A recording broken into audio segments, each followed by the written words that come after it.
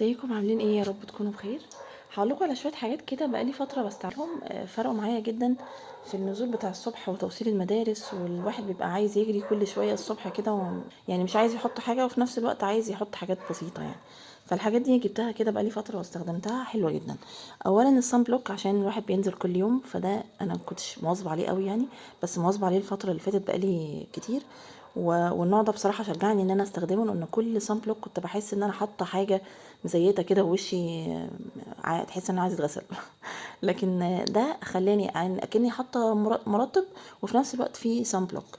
بصوا، هو يعني ملمسه حلو قوي، سوري، زي الكريم كده، خلاص راح في ثواني، حلو جدا. والملمس بتاعه حلو قوي. وديرماتيك كانت عامله عليه في الويب سايت بتاعهم عروض على 4 قطع او 3 قطع حاجه كده، فكان سعره حلو قوي وحجمه حلو. بقالي بتاع 3 شهور او 4 شهور معايا، مع اني بستخدمه كل يوم الصبح.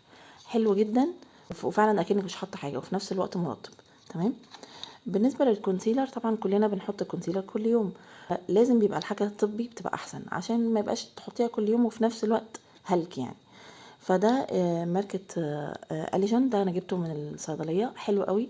بصوا انا خلصته اصلا، قربت اخلصه. بصوا كل ده بحطه تحت العين، وفي نفس الوقت لو عايزه تحطي يعني في وشك كله عادي، لان هو بدل ما تحطيه في العين يبقى ممكن يتحط في الوش كله. هو ميزته برضو بقى ايه بقى؟ ان هو اصلا انت مش حاطه حاجه، بالظبط فعلا حرفيا مش حاطه حاجه. هو بيدي صفاء بسيط كده، يعني شويه صفا كده بسيطه، يعني اللي هو حاجة لا تذكر. فهو حلو للبيت والمشاوير بتاعت الصبح بس. لكن كخروج وعايزة تحطي مثلا مكياج بالليل حلو وخروج سهرة بتاع، لا ما ينفعش. هو بس للبيت وخروج الصبح بسيط، مش اكتر من كده. ده حلو جدا. بصوا اكني مش حاطه حاجه اصلا، ما فيش لون اساسا.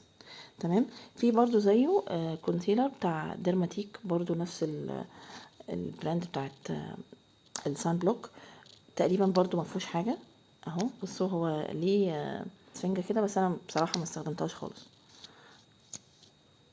بصوا هو برضو بسيط جدا، واكنك برضو مش حاطه حاجه، بس يعني اكتر حاجه يعني يعتبر 3%، اكتر حاجه بسيطه من اللون ده، بس حاجه بسيطه جدا. لكن هو برضو اوريكم تاني، بصوا ده هو حلو للصبح بس مش اكتر، برضو للصبح والبيت.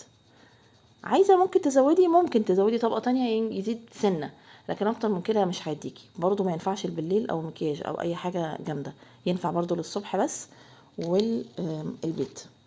طبعا زبدة الكاكاو الصبح ضروري، يعني ما بستغناش عنها صبح وليل، تقريبا انا باكلهم.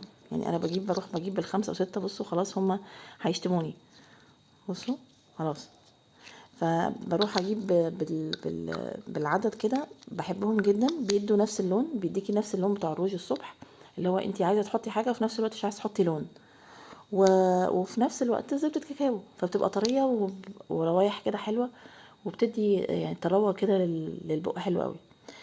بس دي شويه حاجات كده بستخدمها الصبح. طبعا شويه بلاشر يعني لو عايزه، يعني حاجات بسيطه كده. وساعات مثلا ممكن احط من دي، يعني زبده الكاكاو بحطها مكان البلاشر في الخد اليمين كده شويه والشمال، وخلاص شكرا على كده. فالصبح مش طالبه يعني حاجات كتير، وفي نفس الوقت بتحطي حاجه ما بتعديش بالظبط دقيقه، عشان شكلك يبقى يعني شويه الصبح كويس. اشوفكم في فيديو تاني.